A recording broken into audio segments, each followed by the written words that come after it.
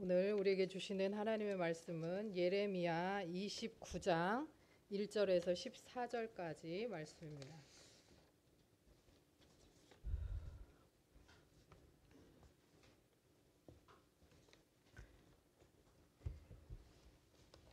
예레미야 29장 1절에서 14절까지 구약성경 1095쪽입니다.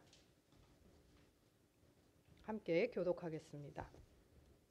선지자 예레미야가 예루살렘에서 이 같은 편지를 느부갓네살이 예루살렘에서 바벨론으로 끌고 간 포로 중 남아있는 장로들과 제사장들과 선지자들과 모든 백성에게 보냈는데, 그때는 여고니아 왕과 왕후와 궁중 내시들과 유다와 예루살렘의 고관들과 기능공과 토공들이 예루살렘에서 떠난 후라. 유다의 왕 시드기야가 바벨론으로 보내어 바벨론의 왕 느부갓네살에게로 가게 한 사반의 아들 엘리사와 힐기야의 아들 그마랴 편으로 말하되, 만군의 여호와 이스라엘의 하나님께서 예루살렘에서 바벨론으로 사로잡혀 가게 한 모든 포로에게 이와 같이 말씀하시니라. 너희는 집을 짓고 거기에 살며 텃밭을 만들고 그 열매를 먹으라. 아내를 맞이하여 자녀를 낳으며 너희 아들이 아내를 맞이하며 너희 딸이 남편을 맞아 그들로 자녀를 낳게 하여 너희가 거기에서 번성하고 줄어들지 아니하게 하라. 너희는 내가 사로잡혀 가게 한 그 성읍의 평안을 구하고 그를 위하여 여호와께 기도하라. 이는 그 성읍이 평안함으로 너희도 평안할 것임이라. 만군의 여호와 이스라엘의 하나님께서 이와 같이 말하노라. 너희 중에 있는 선지자들에게와 점쟁이에게 미혹되지 말며 너희가 꾼 꿈도 고지 믿지 말라. 내가 그들을 보내지 아니하였어도 그들이 내 이름으로 거짓을 예언함이라. 여호와의 말씀이니라. 여호와께서 이와 같이 말씀하시니라. 바벨론에서 70년이 차면 내가 너희를 돌보고 나의 선한 말을 너희에게 성취하여 너희를 이곳으로 돌아오게 하리라. 여호와의 말씀이니라. 너희를 향한 나의 생각을 내가 아나니 평안이요 재앙이 아니니라. 너희에게 미래와 희망을 주는 것이니라. 너희가 내게 부르짖으며 내게 와서 기도하면 내가 너희들의 기도를 들을 것이요.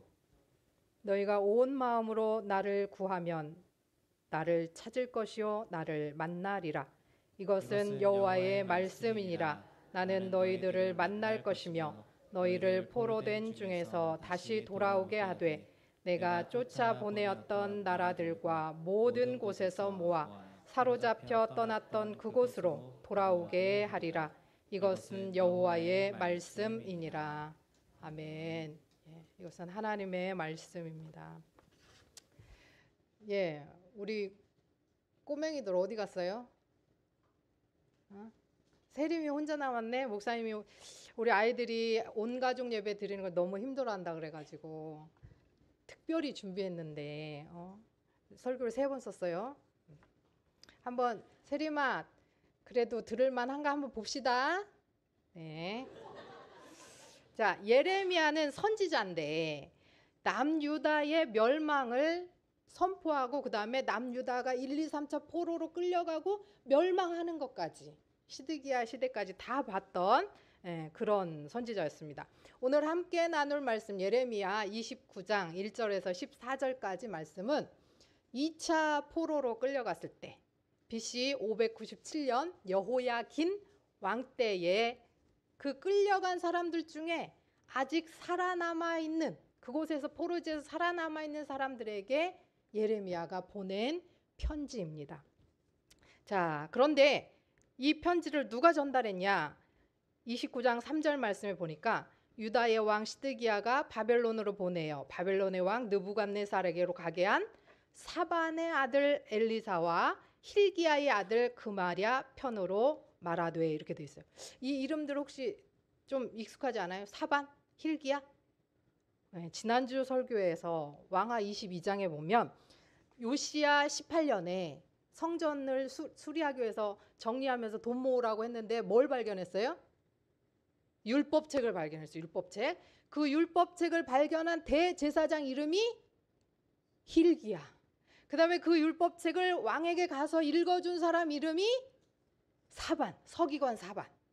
그렇습니다. 그런데 예레미야가 쓴 편지를 느부갓네살 왕에게 가게 한 그 백성들, 포로된 백성들에게 가게 한 사람 이름이 뭐라고 돼 있어요? 사반의 아들, hil기야의 아들. 사반의 아들 엘리사, hil기야의 아들 그말이야. 이렇게 돼 있어요. 자, 25년쯤 차이 납니다. 2차로 끌려갔을 때가 597년인데 이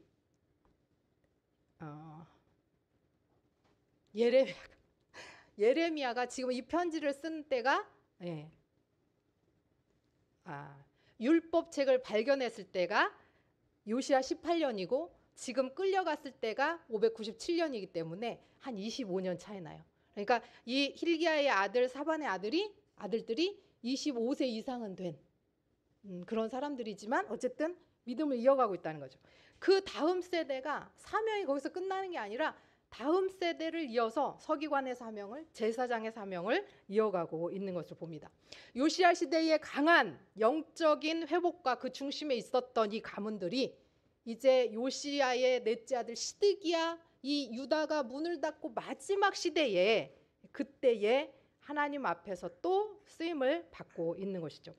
자, 포로로 끌려간 이들은 터를 잃었어요. 예루살렘 성의 모든 것들이 다 무너지진 않았어요. 아직 2차로 끌려가고 아직 3차 시드기야 11년 동안 이제 멸망하며 점점 좀 가고 있어요. 그런데 끌려간 이들 마음에서는 어땠겠어요? 아, 하나님이 우리를 버리셨구나. 아까 우리 이승훈 집사님도 말씀하셨지만 하나님이 선하신데 과연 이게 돌파가 될까? 왜 이런 어려움이 있을까라고 하는, 우리가 왜 바벨론으로 끌려가야 되나 라고 하는 마음이 들었겠죠.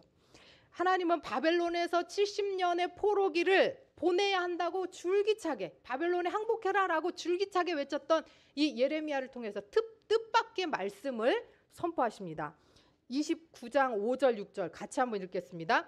너희는 집을 짓고 거기에 살며 텃밭을 만들고 그 열매를 먹으라. 아내를 맞이하여 자녀를 낳으며 너희 아들이 아내를 맞이하며 너희 딸이 남편을 맞아 그들로 자녀를 낳게 하여 너희가 거기에서 번성하고 줄어들지 아니하게 하라. 자, 여기서 너희가 거기서 번성하고 줄어들지 않게 하라. 이 번성하고가 창세기 1장 28절에 나오는 하나님께서 인간을 만드시고 그들에게 복 주시면서 생육하고 번성하여 땅에 충만하라 할 때 그 번성하고하고 똑같은 말씀이에요. 처음 창조하셔서 에덴 동산에서 번성하라 라고 말씀하셨던 것을 지금 포로지 바벨론에서도 너희가 번성하라 라고 말씀하고 계신 것이죠. 즉 바벨론에서도 어떤 삶을 살아라, 창조 때와 같이 하나님께서 주신 그 모든 것들을 받아들이면서 집도 짓고 밭도 가꾸고 또 추수도 하고 결혼도 하고 출산도 하면서 그렇게 하면 절대 줄어들지 않을 것이다. 네, 아무도 안 보고 있어요. 자, 그러면서 이렇게 하나님께서 약속을 하시는데 그리고 나서 그 땅 바벨론을 위해서도 평안을 위해 기도하라 라고 이야기합니다. 바벨론의 평안을 위해서 기도하는 것은 왜 그러냐? 그 바벨론이 평안해야 너희가 평안하기 때문이다 라고 합니다. 자, 우리가 평안, 평화라고 하면 뭐예요? 샬롬. 자, 샬롬은 뭐 번성하다, 번영하다, 잘되다, 풍성케 되다, 안정하다, 뭐 여러 가지 말로 다 되는데 이것은 그냥 단순한 상태라고 생각하면 안 돼요. 또 외적인 상태, 내적인 상태 다 포함하는데요. 이것은 이 샬롬은, 궁극적인 샬롬은 하나님과의 관계가 회복되고 사람과 사람 사이의 관계가 회복되고 자연과 사람 사이의 관계가 회복되는 온전한 창조 질서로 올라가는 그거예요. 창조 질서의 회복. 그래서 창세기 1, 2장에서 나왔던 에덴 동산에서의 삶, 하나님이 함께 하시는 그 삶, 그게 바로 샬롬의 모습이고 예수 그리스도가 이 땅에 오셨을 때 예수 그리스도를 통해서 회개하라, 하나님의 나라가 가까이 왔다. 임하신 하나님의 나라, 그 하나님의 나라에서는 남자도 여자도 어른도 어린이도 종도 자유자도 그 누구도 차별받고 혐오받지 않는 하나님의 나라에서 온전히 회복되는 그 샬롬, 관계의 회복, 그것을 의미합니다. 그래서 하늘과 땅, 주님께서 오실 때에 마지막으로 온전히 하나님의 원래 창조를 회복할 때 이루어지는 그 샬롬, 우리는 매일매일 그 샬롬을 외치고 사는 겁니다. 자, 지금 당장 하나님께서 고향 땅에 가나안에 돌려보내주겠다 하시지 않았어요. 70년은 여기서 살아야 된다라고 했어요. 그래서 536년에 성전을 바벨론에서 포로로 온 다음에 돌아와서 성전을 짓기 시작했는데 20년 만에 516년에 성전이 완성돼요. 수룹바벨 성전이. 그래서 원래 예루살렘 성이 파괴된 586년과 성전이 완성된 516년, 그래서 70년으로 보는 경우가 많다고 전에도 말씀드렸는데요. 이렇게 70년을 바벨론 땅에서 살아야 함에도 불구하고 하나님은 바벨론 땅에서도 하나님의 언약의 말씀을 믿고 일상적인 삶을 살며 소망 가운데 그 샬롬을 기도하라는 거예요. 그러면 하나님이 평안을 주시겠다라는 겁니다. 29장 10절 말씀입니다. 여호와께서 이와 같이 말씀하시니라. 바벨론에서 70년이 차면 내가 너희를 돌보고 나의 선한 말을 너희에게 성취하여 너희를 이곳으로 돌아오게 하리라. 자, 나의 선한 말, 선하다, 좋다, 토부, 선하다, 좋다, 토부, 보시기에 좋았더라, 토부. 하나님이 보시기에 좋았던 그 상태로 언약을 이루어 주신다라고 하면서 돌아오게 하겠다, 회복시켜 주시겠다라는 거예요. 하나님이 우리의 삶, 이스라엘의 삶을 비록 70년이라고 하는 시간이 필요하지만 되돌리시고 선한 계획하심 안에 회복하시겠다라고 하는 겁니다. 29장 11절은 개역 한글로 제가 읽어드리도록 하겠습니다. 나 여호와가 말하노라. 너희를 향한 나의 생각은 내가 안하니 재앙이 아니라 곧 평안이요 너희 장래에 소망을 주려는 생각이라. 자, 우리 개역 개정에는 나의 생각이라는 말이 한 번밖에 안 나와요. 근데 원어에 보면 너희를 향한 나의 생각은 그리고 소망을 주려는 생각이라, 이렇게 생각이 두 번이 나와요. 여기서 생각은 단순히 그냥 오늘 누가 생각났어, 아니면 아이디어가 번뜩 났어, 그런 생각이 아니에요. 하나님께서 정교하게 계획하시고 설계한 우리를 향한, 세계를 향한, 자연을 향한, 100만인 교회를 향한, 나 자신을 향한, 우리 자녀들을 향한 계획과 설계를 의미하는 것이 하나님의 생각이라는 거예요. 그러니까 하나님의 계획의 끝은 재앙이 아니라는 거예요. 지금 재앙처럼 있어도 재앙이 아니라 뭐다? 평안이다, 샬롬이다, 궁극적인 샬롬이다. 그 다음에 하나님께서 원하는 것은 우리의 미래, 장래에 소망을 주려는 거다. 장래는 어떻게 해석될 수 있냐면 결말 끝, 그 다음에 자손, 후대라는 뜻이 있어요. 지금 우리가 바벨론 포로로 다니고 있어도, 이스라엘 백성들이 광야에서 40년을 돌았어도 2세대, 믿음의 2세대는 가나안 땅에 들어갈 것이고 그 자녀 세대들이 장래에 소망을 품고 다시 돌아올 것이다. 끝 결말은 하나님께서 돌아오게 한다, 소망을 주시기 위함이다 라고 하는 겁니다. 예레미야는 심판과 경고로 가득하지만 이 중심에 하나님의 본심이, 진짜 마음이 흘러가는 것을 볼 수 있습니다. 예레미야 31장 20절 같이 읽겠습니다. 에브라임은 나의 사랑하는 아들, 기뻐하는 자식이 아니냐. 내가 그를 책망하여 말할 때마다 깊이 생각하노라. 그러므로 그를 위하여 내 창자가 들끓으니 내가 반드시 그를 불쌍히 여기리라. 여호와의 말씀이니라. 네, 여기서 내가 그들을 책망할 때마다 말할 때마다 깊이 생각한다, 이 생각은 앞에서 생각하고는 다른 거예요. 이건 뭐냐면 기억한다는 거예요. 기억한다. 뭘 기억하냐? 하나님이 우리에게 주셨던 약속을 기억하는 거예요. 그 약속을 기억하시면서 하나님이 창자가 들끓는데요. 히브리어에서는 창자는 감정을 나타내는 거예요. 감정, 사랑, 긍휼을 나타내는 장기거든요. 자, 엄마 뱃속에 10달을 이렇게 아이를 품고 있죠. 네, 10달을 뱃속에 품고 있는데 엄마 자궁도 어디예요? 장기예요. 그래서 엄마가 아이를 품고 있는 것처럼, 그래서 생명을 키우는 것처럼. 자, 그래서 엄마가 임신하면 한 3개월까지는 뭐예요? 입덧합니다. 먹지도 못하고 잠도 잘 못 자고 막 그래요. 근데 배가 막 굴러오면 어떻게 해요? 이제 옆으로 눕지도 못하고 앉아도 힘들고 일어서도 힘듭니다.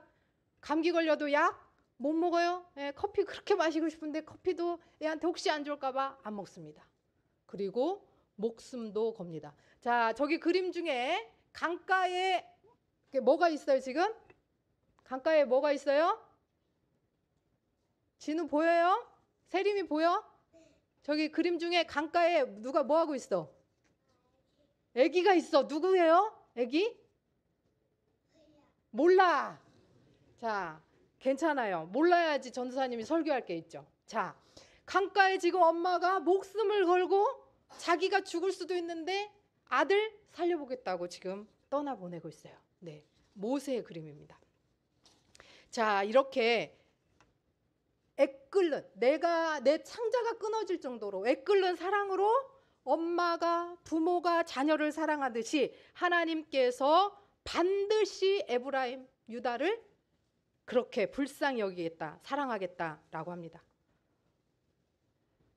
사랑하는 성도 여러분, 요셉은 시기와 억울한 누명으로 애굽의 감옥에 갇혔죠. 그런데 성경은 이렇게 기록합니다.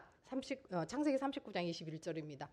여호와께서 요셉과 함께 하시고 그에게 인자를 더하사 간수장에게 은혜를 받게 하시며.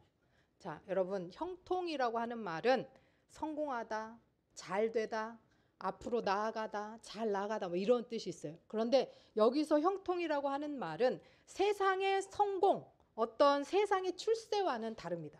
이것은 하나님이 함께 하시는 삶에서 오는 복이에요. 형통이라고 하는 말은 하나님이 함께 하심으로 우리 그리스도인들에게 또 세상에 주시는 그런 복입니다. 그래서 이 복은 요셉이 감옥 안에서 또 아기 모세가 갈대 상자에서 나일강을 흘러갈 때, 그리고 그 다음에 사자굴에 누구예요? 사자굴에 다니엘. 그 다음에 풀무불 속에 다니엘의 3명의 친구. 자, 그들이 어디에 있든지 바벨론 포로지에서조차 하나님이 함께 하시면 잘되고 번성하고 샬롬의 소망을 누리며 살 수 있다는 겁니다. 이것이 하나님의 진짜 마음이에요. 어디에 있든지. 책망과 징계는 일시적이지만 하나님의 회복과 사랑이 바로 하나님의 본질적인 영원한 뜻이다, 이겁니다. 예레미야 29장 12절 13절입니다. 너희가 내게 부르짖으며 내게 와서 기도하면 내가 너희들의 기도를 들을 것이요 너희가 온 마음으로 나를 구하면 나를 찾을 것이요 나를 만나리라. 자, 우리 이제 듣다 너무 많이 제가 설명해가지고 다 아실 거예요. 듣다, 귀로만 듣다 아니고 잘 무슨 소린가 잘 경청하다. 그러면 경청만 하고 끝나는 게 아니라 경청했으면 순종하다. 거기까지 나가는 게 히브리어 듣다라고 하는 뜻입니다. 자, 우리가 하나님의 말씀을 듣고 경청하고 순종하면 그러면 하나님께서 어떻게 하시겠다는 거예요? 내가 너희 기도를 들을 것이요. 자, 하나님도 우리 기도를 경청하고 순종하겠다. 자, 하나님이 우리 기도에 순종하겠다? 이게 무슨 말씀이에요? 우리 기도에 신실하게 응답하시겠다. 우리가 하나님 말씀을 듣고 경청하고 순종한다. 하나님 말씀의 응답으로 삶으로 나아갈 때 하나님께서도 우리의 기도를 들으시고 우리 말을 경청하고 우리의 기도를 경청하고 잘 듣고 응답해 주시겠다. 신실하게 응답해 주시겠다라고 하는 겁니다. 너희가 어디에 있든지 내가 외면하지 않고 반드시 너희의 말을 듣고 내가 온 마음으로 너희가 나를 찾을 때 만나주겠다라고 말씀하시는 겁니다. 사랑하는 교회학교 친구 여러분, 그리고 성도 여러분, 오늘은 교회학교 주일인데 우리 교회학교 친구들이 몇 명 없어요. 그래도 감사한 것이 교회 학교가 아예 없는 교회가 80% 이상이라고 하는데 우리 이렇게 아이들이 있고 특별히 우리 이관재 집사님, 이열매 성도님 가정에서 이렇게 3명이나 이렇게 함께 하니까 너무 안 먹어도 배부를 것 같은 그런 마음이 듭니다. 우리가 이렇게 하나님 앞에서 부모와 자녀가 함께 예배드리는 것은 그냥 오늘 교회 학교 주일이니까 다음 주에 바자회가 있으니까 하는 이벤트가 아닙니다. 앞에서 봤듯이 대제사장 hil기야의 아들 그마랴, 그 다음에 서기관 사반의 아들 엘라사, 그들이 대를 이어 하나님의 말씀에 순종하며 나아갔던 것처럼 우리의 믿음이, 우리의 신앙이 다음 세대, 우리의 자녀 세대, 또 그 자녀의 자녀 세대까지 흘러가기를 바라는, 그리고 또 흘러가고 있다는 증거입니다. 예레미야를 통해 바벨론에 있던 유다 백성들에게 주신 하나님의 말씀처럼 지금 우리가 어디에 있든지 어떤 상황에 있든지 하나님의 본심은 재앙이 아니라 평안이고 각 사람 위해서 선하고 정교한 어떤 계획이 있다는 거예요. 그 계획을 가지고 계신 하나님의 말씀을 믿었으면 좋겠습니다. 에베소서 2장 10절 말씀 함께 읽겠습니다. 그 새 번역으로 함께 읽겠습니다. 우리는 하나님의 작품입니다. 선한 일을 하게 하시려고 하나님께서 그리스도 예수 안에서 우리를 만드셨습니다. 하나님께서 이렇게 미리 준비하신 것은 우리가 선한 일을 하며 살아가게 하시려는 것입니다. 아멘. 사랑하는 성도 여러분, 사랑하는 우리 어린이 또 중고등 학생 여러분, 우리는 존재 자체가, 여러분은 존재 자체가 하나님의 메시지를 담고 있다. 자, 옆에 분과 한번 인사하겠습니다. 너는 하나님의 작품이야. 너는 하나님의 걸작품이야. 네, 하나님께서 우리를 미리 이렇게 창조하신 이유가, 걸작품으로 만드신 이유가 뭐냐? 선한 일을 하게 하시려고 그렇게 하셨다는 거예요. 예수 그리스도 안에서 우리가 선하게 살아가야 된다. 여기서 작품이라는 것은 예술작품, 시 뭐 이런 뜻이 있어요. 그래서 시는 보통 이렇게 응축돼서 쓰잖아요. 시어 하나 생각해내는데 어쩜 이런 단어들이 있을까라고 하게. 그래서 작품, 시라는 뜻이 있어요. 여러분 하나하나가 하나님의 시예요. 시. 여러분 하나하나가 하나님의 걸작품인 거죠. 그래서 여러분 자신을 하찮게 여기지 마십시오. 여러분 자신을 하나님이 만드신 존귀한 존재로 여기십시오. 그리고 하나님이 우리에게 부어주신 선한 양심을 가지고 선한 행동, 선한 말, 그것을 삶으로 보이면서 실천하면서 나아가시길 바랍니다. 왜냐하면 하나님께서 우리를 그렇게 살라고 만드셨어요. 선하게 살라고 만드셨어요. 그리고 우리를 살아있는 하나님의 편지, 하나님의 향기, 하나님의 빛과 소금으로 이 땅에 보내신 것입니다. 지금 비록 바벨론 같은 자리에 있습니까? 너무 고통스럽습니까? 그럼에도 불구하고 비교하지 말고 낙심하지 말고 좋은 직장, 좋은 친구들, 뭐 좋은 성적표, 많은 돈, 영향력 있는 자리, 그런 거 아니어도 잘하고 있든 못하고 있든, 그리고 비록 우리가 아직도 죄인의 자리에 있다 할지라도 우리는 여전히 하나님의 정교한 계획과 섭리 속에, 그 계획표 속에, 설계도 속에 있음을 믿고 오늘도 하나님이 만드신 교회로, 하나님이 만드신 걸작품으로 하루하루 하나님의 영광을 위해 살아가는 저와 여러분이 되기를 소원합니다. 기도하겠습니다. 하나님 아버지, 절망 속에서도 여전히 우리를 향한 샬롬과 소망의 계획을 품고 계신 하나님을 찬양합니다. 우리가 바벨론과 같은, 또 감옥과 같은, 갈대 상자와 같은, 사자굴과 같은, 풀무불과 같은 낯설고 힘들고 고통의 자리에서도 두려워하지 않게 하시고 바로 그곳에서 함께 계신 주님을 붙들고 기도하며 찾고 만나게 하옵소서. 세상의 자리에 낙심하지 않게 하시고 하나님의 눈으로 우리 자신과 자녀들과 우리 가족들을 바라보게 하옵소서. 오늘 또 하나님의 작품인 우리 아이들과 우리를 통해 하나님의 목적, 하나님의 꿈, 하나님의 메시지가 이 땅에서 이루어지게 하시고 하나님이 이 땅을 향한 선한 일이 우리를 통하여 행해지게 하옵소서. 예수 그리스도의 이름으로 기도합니다. 아멘. 네, 하옵소서.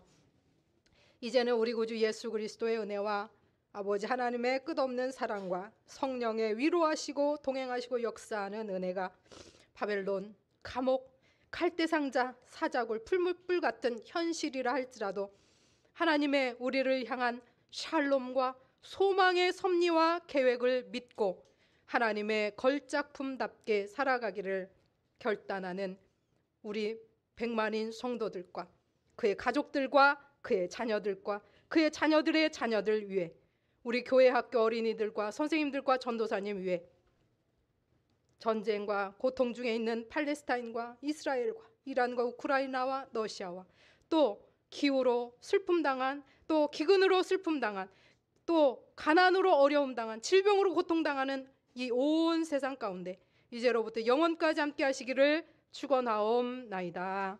아멘.